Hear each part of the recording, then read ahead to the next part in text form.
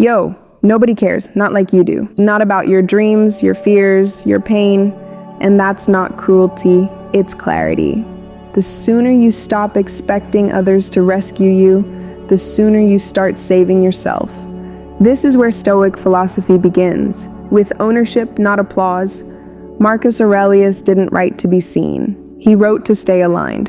And today, you'll learn why the Stoics believed that when you stop performing for the world, you start becoming who you were meant to be. No audience, no validation, just purpose. Let's begin. Marcus Aurelius ruled an empire and still wrote to remind himself of one truth. We all love ourselves more than others, but care more about their opinion than our own. The Stoics didn't seek validation. They sought virtue. They knew that true strength isn't found in how others see you. It's built in silence when no one is watching. The world today floods us with noise, opinions, applause, and distraction. But Stoic wisdom cuts through it. You don't control what people think. You only control how you live. And when you take radical ownership of your mind, your choices, and your path, you become unshakable. Pillar 1. No one is watching as closely as you think.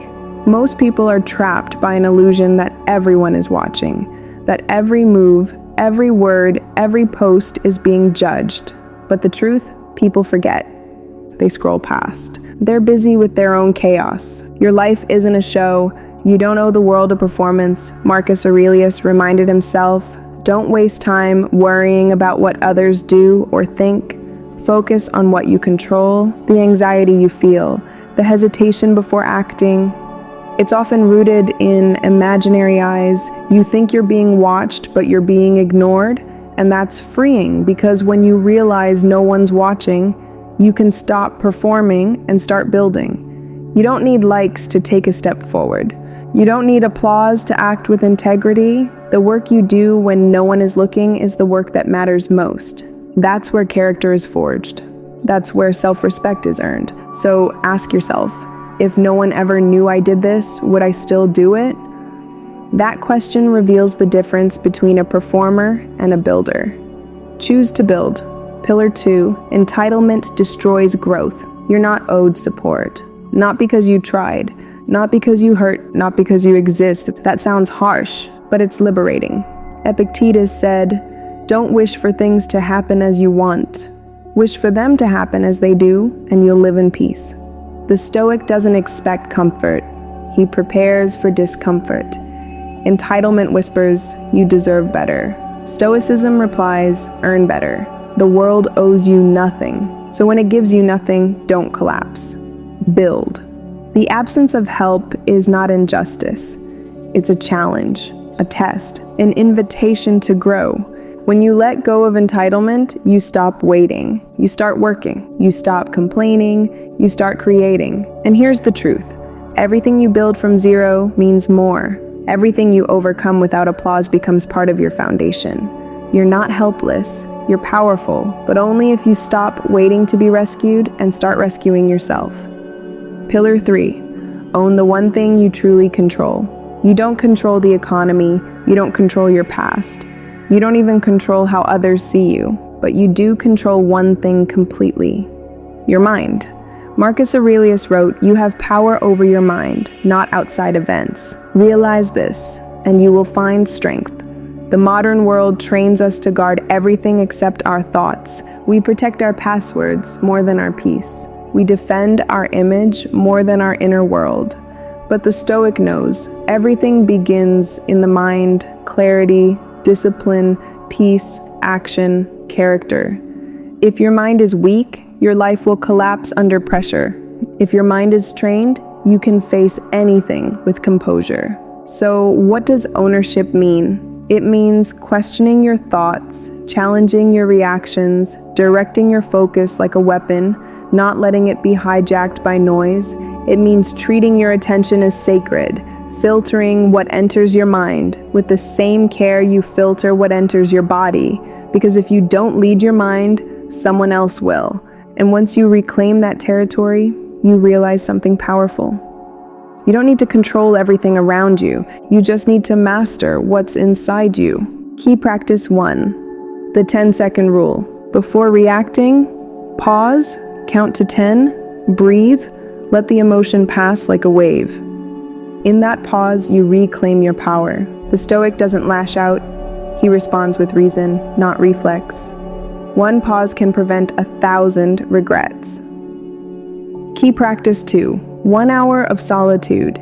Each day, block out 1 hour. No phone, no notifications, no noise. Just you and your thoughts. Journal, reflect, observe. That silence becomes your strength, because the person who can sit alone becomes unshakable in the crowd. Key practice 3, no comparison hour. Every day, take 1 hour off social media. Use that time to review your goals, not someone else's highlight reel. Comparison kills direction, focus rebuilds it, track your own progress. That's the only competition that matters. Nobody's watching as closely as you think, and that's not something to fear, it's the key to your freedom. When you stop performing for the world, you start showing up for yourself. When you stop chasing validation, you start cultivating character. That's the Stoic way. You don't need applause to be disciplined. You don't need recognition to be powerful. And you don't need anyone's permission to begin. So ask yourself, what did I become today? Not what you achieved, not who approved. What did you become? Stronger, wiser, clearer. That's the only scoreboard that matters. If this message sparked something in you, subscribe to the channel. Why? Because here, you'll find the tools to train your mind consistently. Not just motivation for a moment, but mental strategies you can actually apply. In a world full of noise, we offer direction. In a world full of distraction, we build discipline. If that's what you're seeking, this is your space. So subscribe now and drop a comment below with, "I take full ownership of my life." Let that be your commitment, visible and intentional. And remember, the world may not be watching, but you are, and that's more than enough. GenZ script unbothered Aurelius, nobody's watching. GenZ edit. Nobody cares, not like you do. Not about your dreams, your fears, or your pain, and that's not cold. It's just facts. The faster you stop waiting for someone to save you, the faster you'll realize you were built to save yourself. That's where Stoicism starts. Not with applause, but with accountability. Marcus Aurelius wasn't writing to go viral. He was writing to stay grounded. And today, you'll see why the Stoics believed that when you stop performing for the world, you start becoming your real self. No audience, no validation, just purpose. Marcus mode. Marcus Aurelius literally ruled Rome and still had to remind himself, we love ourselves more than others, but care more about their opinions than our own. He got it. The Stoics didn't chase likes, they chased virtue. They knew real strength doesn't come from clout. It's built in silence when no one's watching. And honestly, the world now is way louder. More noise, more opinions, more fake applause. But Stoic wisdom still cuts clean through it. You can't control what people think. You can only control how you move. Once you take ownership of your thoughts, choices, and mindset, you become unshakable. Pillar 1, nobody's watching like you think.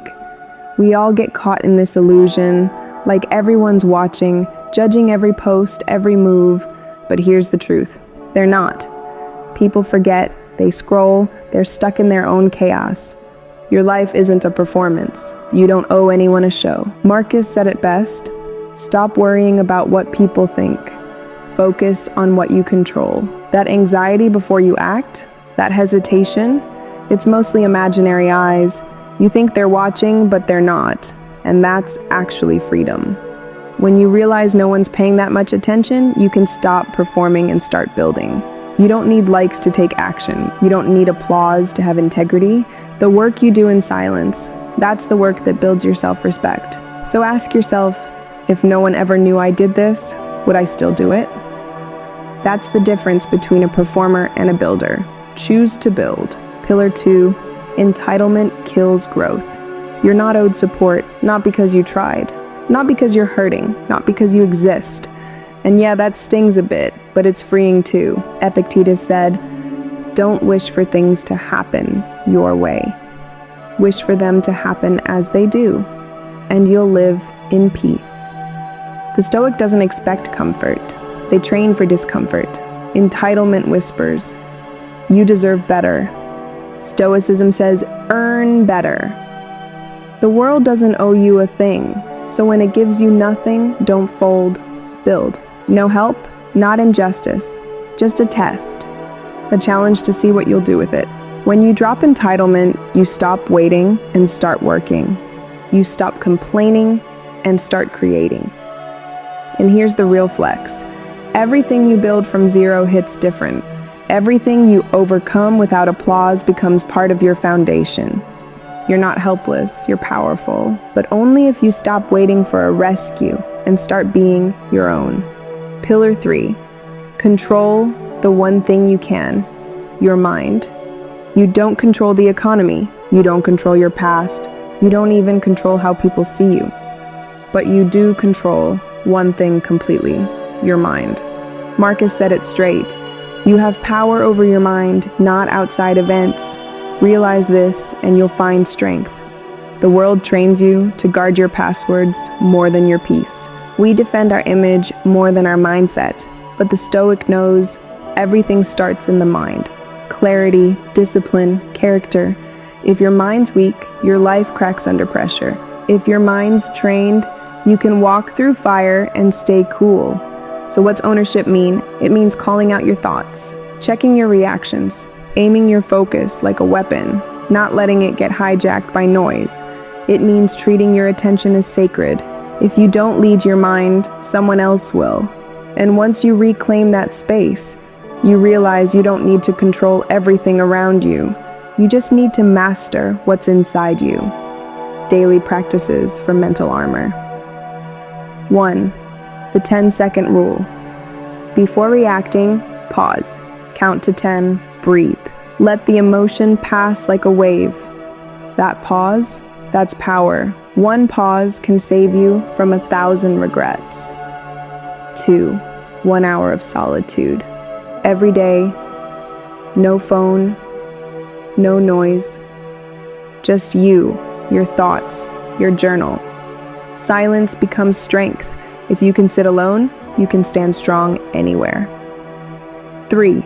The no comparison hour. Get off social for 1 hour daily. No scrolling, no checking who's winning. Focus on your own goals.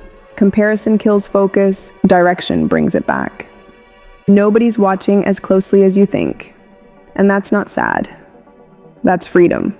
When you stop performing for the world, you start showing up for yourself.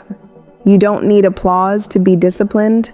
You don't need recognition to be powerful, and you definitely don't need permission to begin. So ask yourself, not what you achieved today, but what you became. Wiser, calmer, stronger. That's the only scoreboard that matters. If this hit you, subscribe to Unbothered Aurelius. Not for hype, for practice. We don't do motivation for 5 minutes. We build mindsets for life. In a world full of noise, we train focus. In a world full of distraction, we build discipline. If that's your vibe, this is your space. Drop "I take full ownership of my life" in the comments. Let that be your commitment. And remember, the world may not be watching, but you are, and that's more than enough.